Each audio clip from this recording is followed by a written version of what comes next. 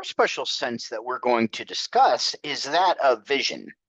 Vision uses specialized receptors called photoreceptors to help to form the visual images of the environment. So it begins with the retina, and then it translates the light energy into an eventual image that we perceive in our occipital lobe. On this slide, we see the regions of the eye as well as accessory structures. Specifically, you can see the sclera, which is covered by a conjunctiva, which is a membrane. The pupil is the opening that the light energy passes through, and the iris is the color portion of the eye, but it's actually two smooth muscle layers which act as a diaphragm to either constrict or dilate to allow light into the opening. On this sagittal view of the eye here, we can see the cornea, which is the outermost clear layer of the eye that is continuous with the sclera. And on top of the white of the eye is the ocular conjunctiva that we saw in the previous slide. The light is going to pass through the cornea first. After it passes through the cornea, it's then going to go through a space called the aqueous humor through the pupil. Then it will come in contact with the lens to what's called the vitreous humor, and then finally come in contact with the retina.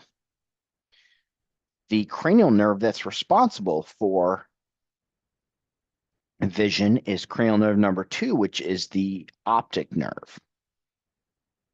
This slide shows the layers of the eye, which are called tunics.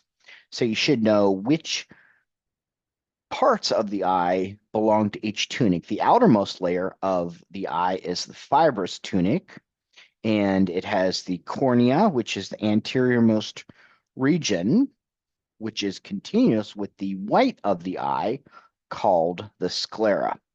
The next layer of the eye is called the vascular tunic, where there are blood vessels, and that includes the iris, the ciliary body, as well as the choroid.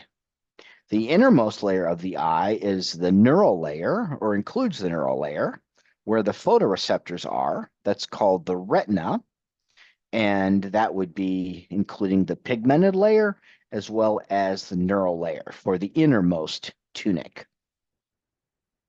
For the fibrous tunic, it's composed of two different regions.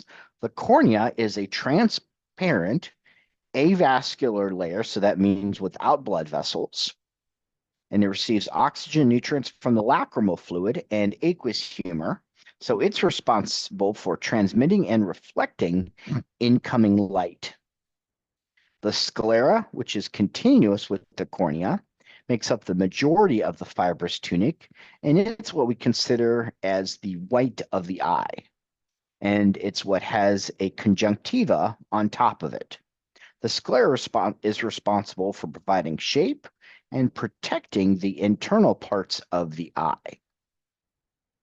The middle tunic is the vascular tunic, containing the choroid, which is a group of capillaries that supply nutrients and oxygen to the retina, as well as the ciliary body, composed of ciliary muscles and ciliary processes that change the lens shape, as well as the iris.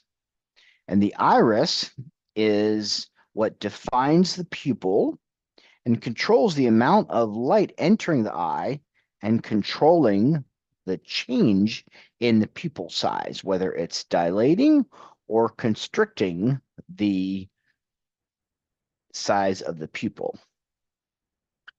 This slide is showing the internal anatomy of the eye, and we can see the outer cornea as well as the sclera, which make up the fibrous tunic.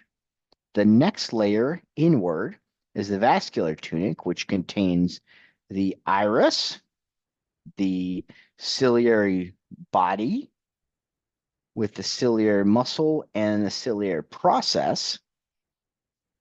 And we can also see in the anterior chamber of the eye is the aqueous humor in the anterior cavity.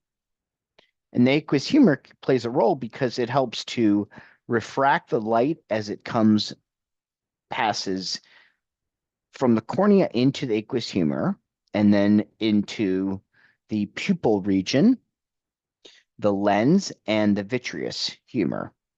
In fact, the vitreous humor is a gelatinous material which we have present throughout our entire life. Then finally, the neural layer, the innermost layer, is the retina, where the optic disc and the fovea centralis is found, which we'll talk more later about. This slide shows us the pupil diameter, and this is a reflection of the autonomic nervous system. So the one thing that happens when a bright light is shown in the eye, so imagine if you go into a dark room and a physician shines their light into your eyeball, what's immediately going to happen is the parasympathetic nervous system is going to cause constriction of the pupil, and it contracts to allow less light into the eye to eventually reach the retina.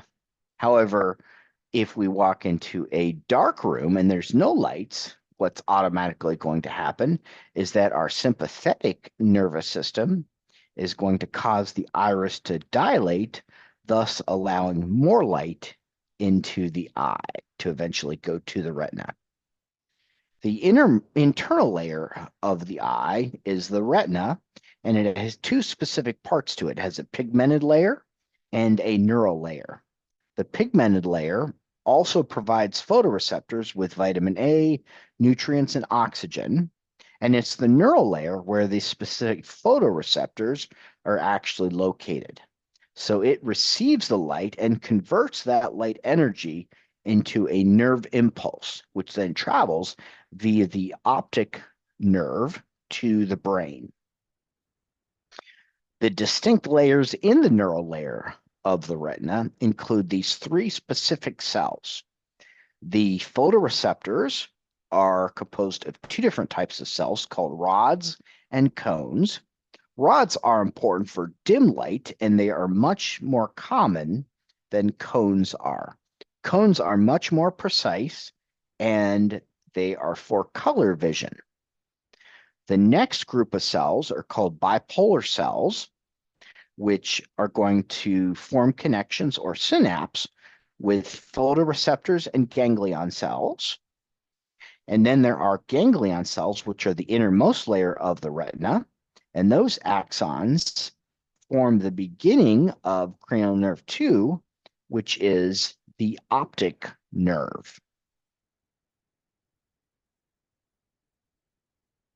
On this slide, we can see the structure and organization of the retina. It shows the fovea centralis, which is going to have the highest concentration of cones that we have present in the retina.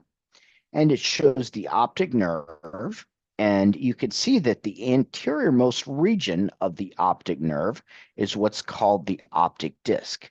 This is also sometimes called the blind spot because there are no photoreceptors at the optic disc. Also shown on this slide are the outer tunics. The outermost tunic would be the sclera. The middle tunic would be the choroid, and the inner tunic would be the neural layer, which contains the retina.